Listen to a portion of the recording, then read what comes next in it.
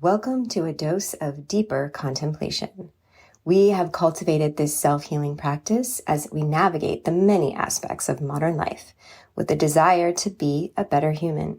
As a psychic medium, these conversations are channeled, so let's take a walk together and talk it out.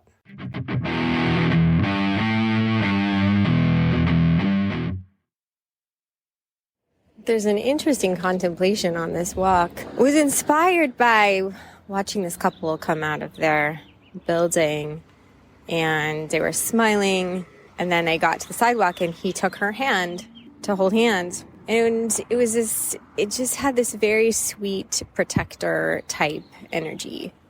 And we normally look at couples and just feel like kind of sad. More because of the illusions that are around companionship and connection and relationship, and how that's all been really suppressively wrapped up in things like marriage and monogamy. We normally go to that place, but we had this moment observing this couple for just a second, and it actually struck us as very sweet. It was like, oh, and just having a moment, just feeling so sad for humanity in the level of misunderstanding and misguidance, misbelief around the inequity of the sexes, where one sex thinks that it's somehow superior, and that they were able to solidify that belief within a patriarchal system that, in this example, will historically use the word man and woman as a differentiator for this conversation, but completely acknowledging that that is an archaic language that continues to perpetuate the binary, which is also a suppressive belief system. But historically, the misunderstanding between the sexes was that women needed men for protection, that women needed men for anything outside of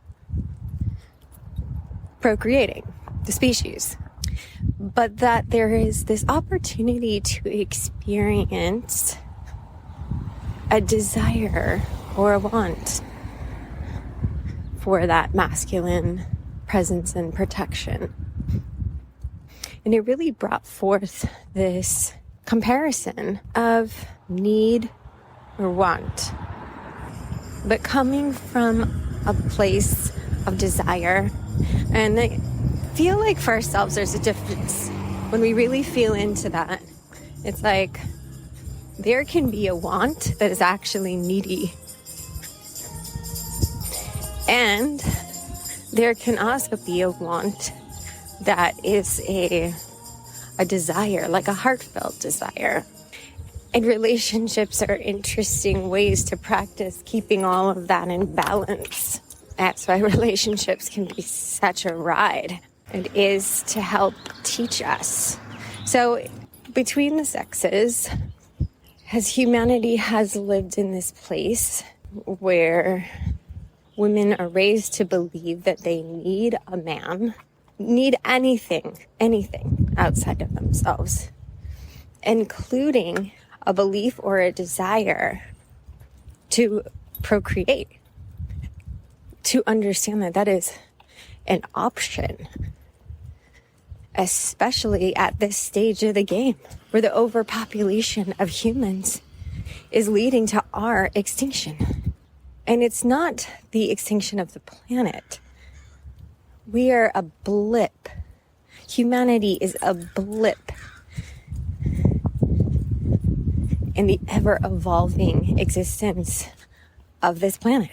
Planetary beings are the most powerful energetic forces in the universe. And somehow humanity has started to believe that they're outside of that.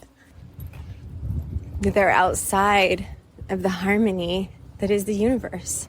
So, okay, Evolution will continue to happen. There is actually very interesting research out there about extinctions, and that there have been, I think 5, they said, 5 planetary extinctions of species. And those extinctions have actually led to evolutions. It's a little bit like a reset, or it is just part of the whole process. Species are destined to be extinct at some point. Would it be interesting in humanity to see the reaction to know that humanity eventually will become extinct? That is interesting, as it would probably strike so much fear, and it does strike so much fear, because we've also fallen under a belief that dying is something to fear. So if we were trying to find ourselves back to that sweet couple, wouldn't it be interesting if we were able to attune our frequency of energy that we emit as humans collectively, and that we were shifting that to attune more into the flow of the universe, which is a flow of harmony and balance. And a way that we could shift that is to see equity in all beings, that there is an honor for existence and life in everything that has grown, lived, and evolved on this planet, especially within our own species, within humans. And we lived more in harmony with ourselves and more in harmony with the planet. And the truth is that maybe some of y'all will relate to this, because you actually do have the gift of being with a partner that you feel that way, genuinely feel the bond, feel the equity, know that it's not about one needing the other. There's no narratives in that relationship between those two beings, and that relationship fully honors the sovereignty and the brilliance and the strength and the beauty and the genius that you see in that other person, and that they see right back at you. And that those were the type of relationships that we had with each other. So if that's not the experience that perhaps some folks are having in that relationship, it might be interesting to contemplate what stories you may have, what narratives that you have been told to believe that indicates that you must be in a relationship with someone and they are not treating you with that equity. They're not seeing you with that equity. And inner misogyny is actually about women holding those narratives for themselves, that somehow they need the other sex for even their most basic survival and protection.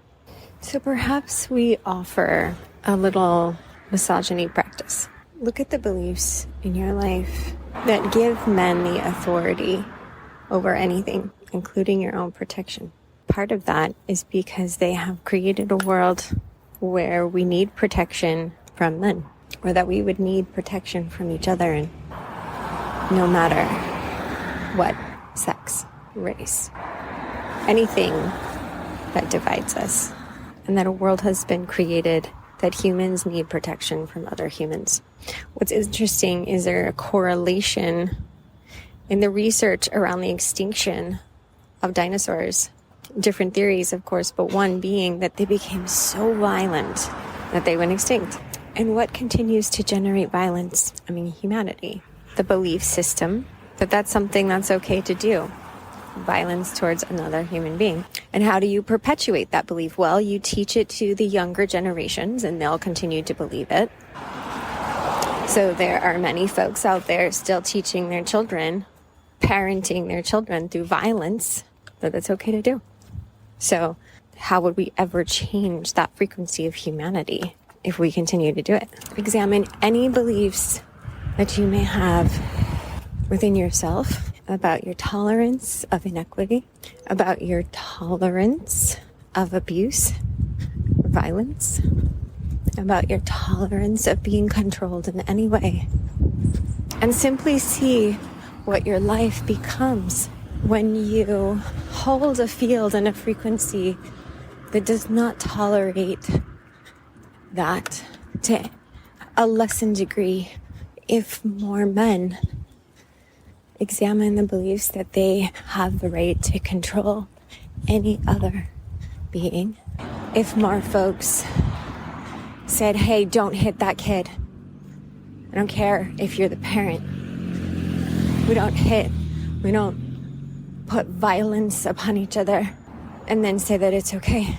It's okay. Oh, that's my kid. I love my kid. I can do whatever I want to my kid. I can hit my kid. That introduces a belief system into humanity that love is associated with pain. And that's trauma. That perpetuates trauma. What if we just simply examine this more about ourselves? What if there is something deep inside more of us that believes that we can live in harmony? And wouldn't that be nice? I mean, aren't you all folks tired?